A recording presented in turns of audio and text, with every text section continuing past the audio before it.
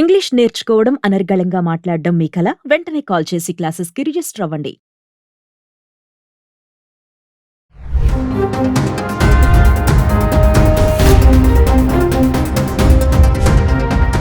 నమస్తే, welcome back to Suman TV.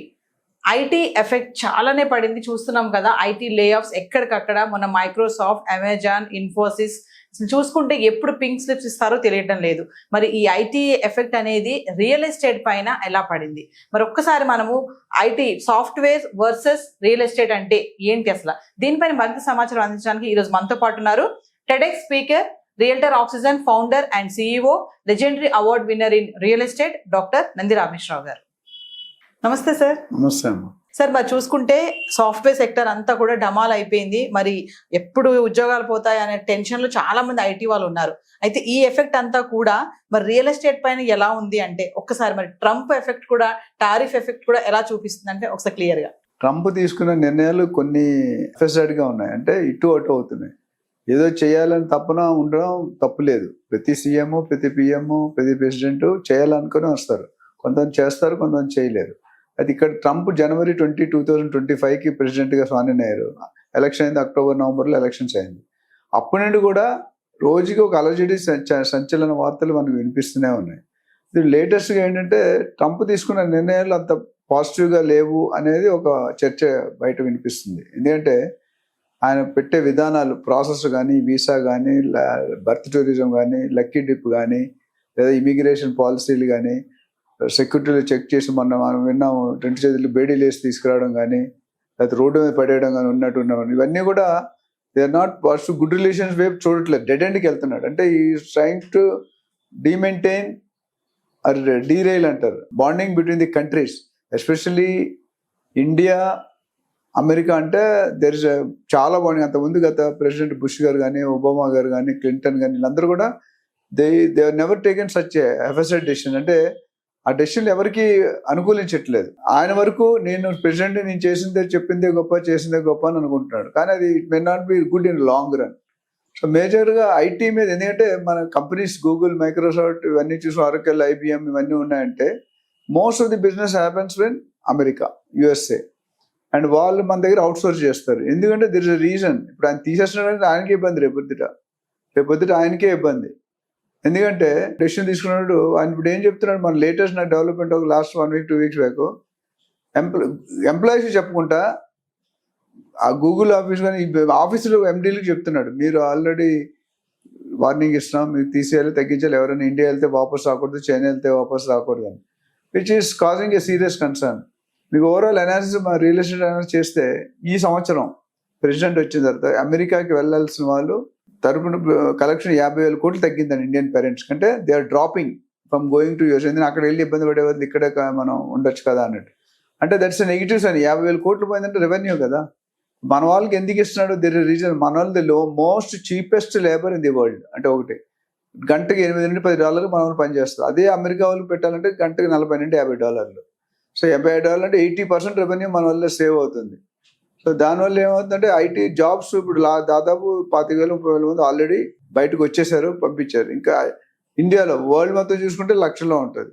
So వీళ్ళందరూ వెనక్కి వచ్చి ఏం చేస్తారు, ఇండియాలో ఇప్పుడు అక్కడ 10 లక్షలు డ్రా చేసేవాడు ఇక్కడ ₹1,00,000 ఇవ్వడం కష్టం. అండ్ కాంట్రాక్ట్స్ క్యాన్సిల్ అయిపోతున్నాయి, రద్దు అయిపోతున్నాయి. ఇప్పుడు అవుట్ సోర్సింగ్ అంటే ఏంటంటే లేబర్ బ్యాక్ ఎండ్ సర్వీస్ మనం ఎక్కువ, ఇప్పుడు బ్యాంకులు, మెడికల్, హాస్పిటల్స్, ఫార్మర్స్ ఇవన్నీ కూడా మన బ్యాక్ ఎండ్ సర్వీస్ ఉంటుంది. అంటే ఆర్డర్ అక్కడ నుండి వస్తుంది, ఇప్పుడు సర్వీస్ ఇచ్చేది ఇక్కడ నుండి ఇస్తారు, క్లయింట్ సర్వీసింగ్. అంటే వాడుకున్న డౌట్స్ కానీ, లోన్ తీసుకోవాలంటే ఏం కావాలి, ఎలిజిబిలిటీ ఏంటి, క్రెడిబిలిటీ ఏంటి, మన సిబిల్ స్కోర్ ఏంటి, ఇవన్నీ కూడా ఇక్కడ. ఇప్పుడు కొన్ని కంపెనీలో they only do back end service, product development తక్కువ. ఈ బ్యాక్ ఎండ్ సర్వీస్ ఎందుకంటే మనకు $10 అవుతుంది, అక్కడ $50 అంటే స్ట్రైట్ అవే $40 మిగులుతుంది పర్ అవర్. అంటే ఎన్ని కొన్ని వేల లక్షల గంటలు ఉంటాయంటే అన్ని డాలర్స్ మిగులుతాయి. అయితే తీసుకుంటే బైలాటరల్ రిలేషన్షిప్, మోడీ గారు కానీ కూడా they are not happy. Modi గారు ఆయన ఫైర్ చేస్తున్నాడు, ఆయన మోడీ నాకు సంబంధం లేదు, నేనే యుద్ధం అంటాడు. ఆయన చేయని పనికి చేశాను, క్రెడిట్ పొందాలని చూస్తున్నాడు, విచ్ ఇస్ నాట్ కరెక్ట్. ఆయన చేస్తే ఇప్పుడు ఎవరు ఒప్పుకోవాలి కదా, చేస్తే ఎదురు కంట్రీస్ ఒప్పుకోవట్లేదు. అదే ఇండియా అగ్రింగ్, నా పాకిస్తాన్ ఈజ్ అగ్రింగ్. అంటే నా వల్ల యుద్ధం ఆగిపోయింది, నేనే ఆపుతున్నాను, నేనే అనడం చాలా అన్ఫార్చునేట్ సిచ్యువేషన్. ఓవరాల్గా ఐటీ ఎఫెక్ట్ మీద డెఫినెట్గా రియల్ ఎస్టేట్ మీద ఏం ఇంపాక్ట్ పడిందంటే, మన సబ్జెక్ట్ కాబట్టి, రియల్ ఎస్టేట్లో ఒకప్పుడు లైన్ దేనికి ఉండేదంటే బుక్ చేసుకోవడానికి లైన్ ఉంటుంది. ఇప్పుడు లైన్ దేనికి ఉందంటే క్యాన్సిల్ చేసుకోవడానికి ఉంది. కొంతవరకు అన్ని సెగ్మెంట్లు కాదు. అయితే ఆ వర్గాలు ఈఎంఐలు కట్టలేక ఇబ్బంది పడుతున్నారు. శాలరీ లేకపోతే ఈ డబ్బులు లేకపోతే ఒక ₹1,00,000 ఈఎంఐ అంటే ఎలా కడతారు? జాబ్ ఒక 2-3 లక్షలు ఇచ్చాడు, ₹1,00,000 ఈఎంఐ కట్టేవారు. తర్వాత మిగతా ఖర్చు పెట్టారు. ఇప్పుడు ఏంటంటే మొత్తం ఇన్కమ్ పడిపోయేటప్పటికి చాలా ఇబ్బంది. ఇప్పుడు అదే అమెరికాలో బైఅవుట్ పీరియడ్ అని పెట్టాడు. బైఅవుట్ పీరియడ్ అంటే 8 నెలలు శాలరీ ఇస్తాడు. మీరు బైఅవుట్ స్కీమ్ ఆప్ట్ చేసుకోకపోతే మీరు జాబ్లో తీసేస్తాం అన్నారు. అంటే ఇది ఫోర్సబుల్ కండిషన్స్. మనం చేస్తుంది కరెక్టా కాదని ఆయన కంట్రీ కోసం ఆయన చేయడం అనేది తప్పు లేదు. It's understood.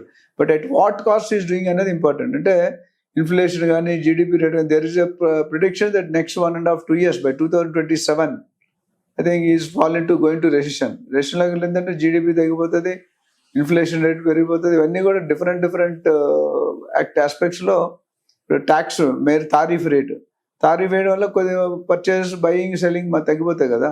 ఎందుకంటే 25% ఒకేసారి చేసింటే ₹10 2.50 పెంచారు. So that is not correct. ఎందుకంటే ఓవరాల్గా సమ్మరీ చూసుకుంటే own country people are not happy in some places. ఇప్పుడు ఎలాన్ మస్క్ గారు ఎంతో అడ్వర్టైజ్మెంట్ చేసి ట్విట్టర్లో మొత్తం చేసి గెలిపించారు. వాళ్ళిద్దరూ విడిపోయారు.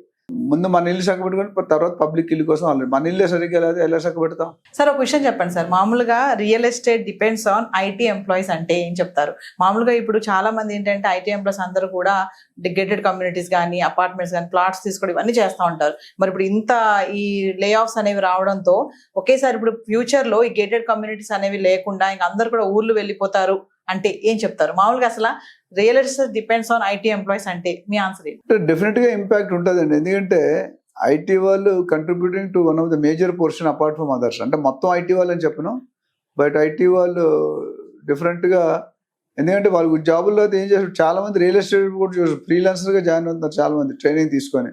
ఎందుకంటే మిగతా ఏ డిపార్ట్మెంట్ అంతమంది చెప్పాను, RRR అంటే రౌడీజం, రాజకీయం, రియల్ ఎస్టేట్, ఈ మూడింటికి ఏ అర్హత అక్కర్లేదు. ఐటీ కావాలన్నా డాక్టర్ కావాలన్నా ఒక ఎలిజిబిలిటీ కావాలి. సో అందరు కూడా ఇప్పుడు దీనికి ఇంట్లో కూర్చునే బదులు ఇప్పుడు వైఫ్ హస్బెండ్ కొంతమంది పనిచేస్తారు, ఇద్దరికి పోయిందని చాలా. ఒక ఆయన ఐటీ, ఒక ఆవిడ టీచర్ అనుకోండి, ఫిర్ బి 50% బెటర్. బట్ ఐటీ ఇంపాక్ట్ అనేది డెఫినెట్గా ఉంది రియల్ ఎస్టేట్, ఎస్పెషల్లీ తెలంగాణ, హైదరాబాద్లో మనకి ఎన్ఆర్ఐ పోర్షన్ ఎక్కువ ఉంది బాగా. So every NRI is looking at Hyderabad as a global real estate destiny. కాబట్టి మొత్తం పడిపోతే కానీ ఒక 10-15% డ్రాప్ అనేది కనిపించింది. కొంతమంది క్యాన్సిలేషన్ కూడా ఇష్టపడుతున్నారు, అంటే అడ్వాన్స్ ఇచ్చి బ్లాక్ చేసుకునే వాళ్ళు, సేల్ అగ్రిమెంట్ చేసుకునే వాళ్ళు కూడా మనం వెనక్కి వెళ్తామని చెప్పి ఫ్యూచర్లో కట్టమైంది. 30 years లోన్ ఎలా కడతారండి? 30 years లోన్ తీసుకుంటాడు, డబ్బులు అయితే నెక్స్ట్ జాబ్ వస్తుంది. ఇండియాలో అంత జాబ్ వచ్చే పొటెన్షియల్ చాలా తక్కువ ఉంది. సో ఓవరాల్గా చూసుకుంటే ఐటీ ఇంపాక్ట్ అనేది డెఫినెట్గా కనిపిస్తుంది రియల్ ఎస్టేట్లో. బట్ ఓన్లీ ఐటీ మీద బతకలు మిగతా డిపార్ట్మెంట్స్ ఉన్నాయి కాబట్టి అవి కూడా పికప్ అవుతున్నాయి. ఓవరాల్గా హైదరాబాద్ రియల్ ఎస్టేట్లో అయితే రానున్న 10 సంవత్సరాల్లో డెఫినెట్గా గ్రోత్ అనేది ఉంటుంది. ఈ ఐటీ గ్యాప్ ఎలా కవర్ చేయాలి అనేది even builders are thinking, government is thinking. డెఫినెట్గా కొద్దిగా కరెక్ట్ మెథడ్ అవుతుందని చూస్తున్నాం.